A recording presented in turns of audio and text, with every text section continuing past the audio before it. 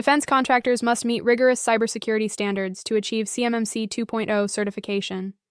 These best practices help ensure a smoother, more successful path to compliance and certification. 1. Select the right CMMC level, 1, 2, or 3, based on the sensitivity of data you handle. 2. Conduct a self-assessment to evaluate your cybersecurity maturity, policies, and incident response readiness. 3.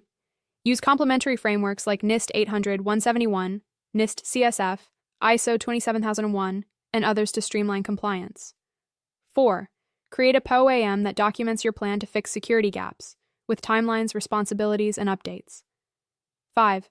Develop a system security plan that details your security architecture, access controls, and responsibilities. 6. Choose a qualified C3PAO with relevant experience and transparent pricing. 7. Plan your timeline with the understanding that the full process may take up to 12 months, including a potential 3-month gap analysis. And finally, 8.